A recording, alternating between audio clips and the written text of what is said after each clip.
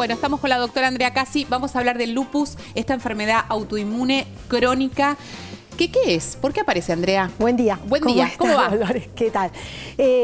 Poder de síntesis, es muy extenso hablar del lupus, pero como vos bien dijiste, el lupus eritematoso sistémico, así en realidad se llama, hay algunas variantes. Es una enfermedad autoinmune, crónica y sistémica. ¿Qué significa? Que en realidad nuestro organismo dispara una respuesta inmunitaria frente a células que no reconoce como propias. Sí. Si bien hay ciertos factores, de los cuales ahora vamos a mencionar, que puede predisponer a que estas células se confundan y entonces las ataque y desencadene la enfermedad, que no es más ni menos que hacer complejos de defensa de anticuerpos frente a estas células y hacer una gran respuesta inflamatoria. Okay. ¿Y esta respuesta inflamatoria es a nivel multiorgánico, bueno, claro, digamos? ¿No es que responde a la piel o algo específicamente? Cuando decimos sistémico, precisamente decimos que no es un solo órgano afectado, puede serlo en un principio, pero en general es una respuesta que se desencadena a nivel de varios órganos y general, diríamos. Perfecto. ¿Sí?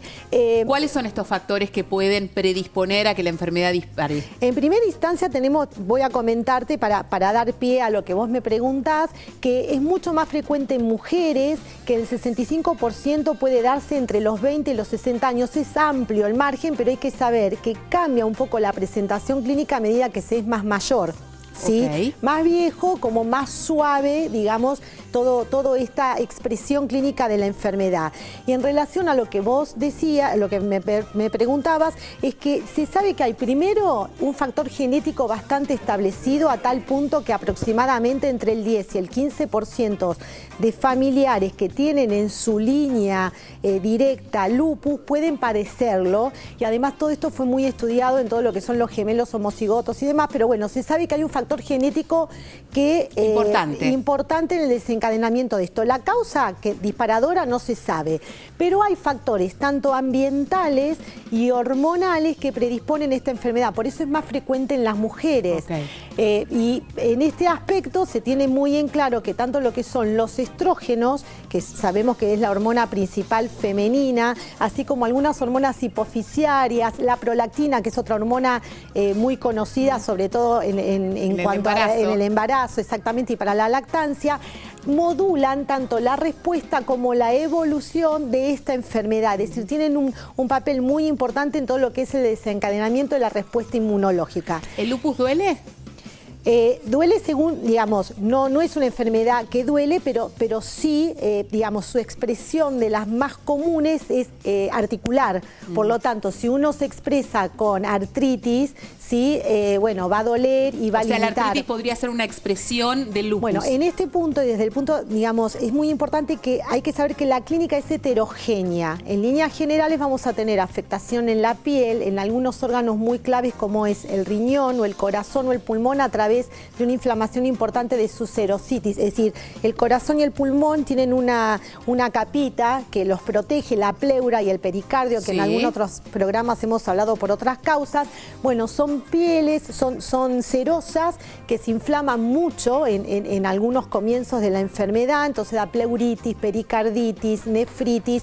La piel es uno de los órganos que más expresa clínica en estas cuestiones. Porque estamos viendo imágenes, varias imágenes, ¿no? De esas pieles como enrojecidas Sí, porque cuando hablamos de las causas y de los factores, en respecto a los ambientales, hay que saber que la luz ultravioleta es un factor ambiental que predispone mucho al desencadenar la respuesta lúpica, y por lo tanto una de las expresiones principales es la fotosensibilidad. Por eso vemos rostros, así digamos traducido muy vulgarmente, muy colorados, muy enrojecidos.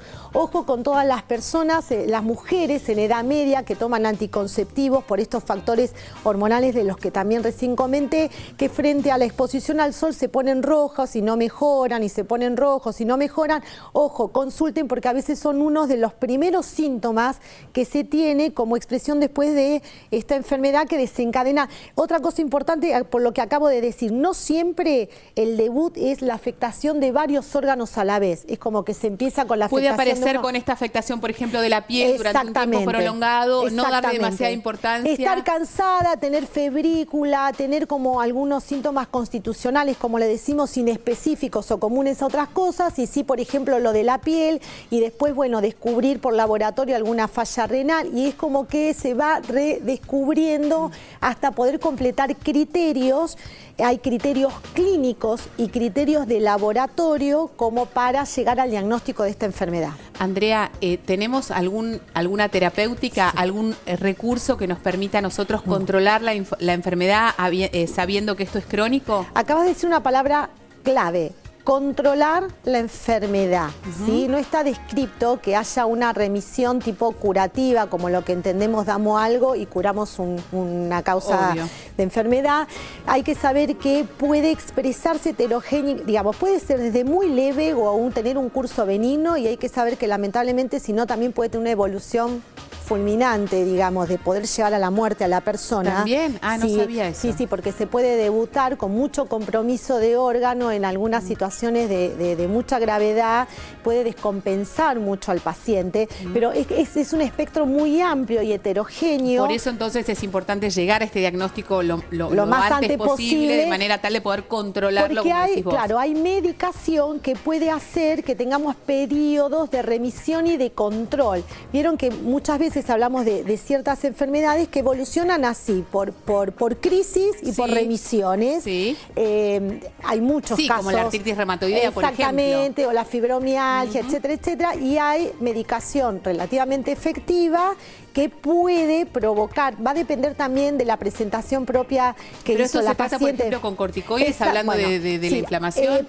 Digamos, es muy amplio. Hay desde antiinflamatorios comunes, ¿sí? De los que conocemos habitualmente. Básicamente es un caballito de batalla para nosotros el corticoide. ¿Por qué? Es sencillo. Hay que saber que el corticoide es el antiinflamatorio por excelencia para lo que es la medicina. Y estamos hablando de enfermedades que están provocando respuestas inflamatorias a considerar muy importantes. Por lo tanto, el corticoide es uno de los medicamentos que básicamente en un inicio se utilizan, y a sabiendas de que si esto, digamos, puede no controlar la enfermedad o los varios, digamos, los varios cuadros clínicos por los diferentes órganos, tenemos inmunosupresores, y hoy en día hay medicación biológica en donde hablamos de anticuerpos antimonoclonales, hay medicaciones antirreumáticas como los antipalúdicos, es decir, hay una batería de recursos que nos permiten controlar esta enfermedad. Entonces, diagnóstico y tratamiento precoz, y podemos lograr de que tengan grandes periodos sin síntomas. Muy bien, gracias, doctora Cassi.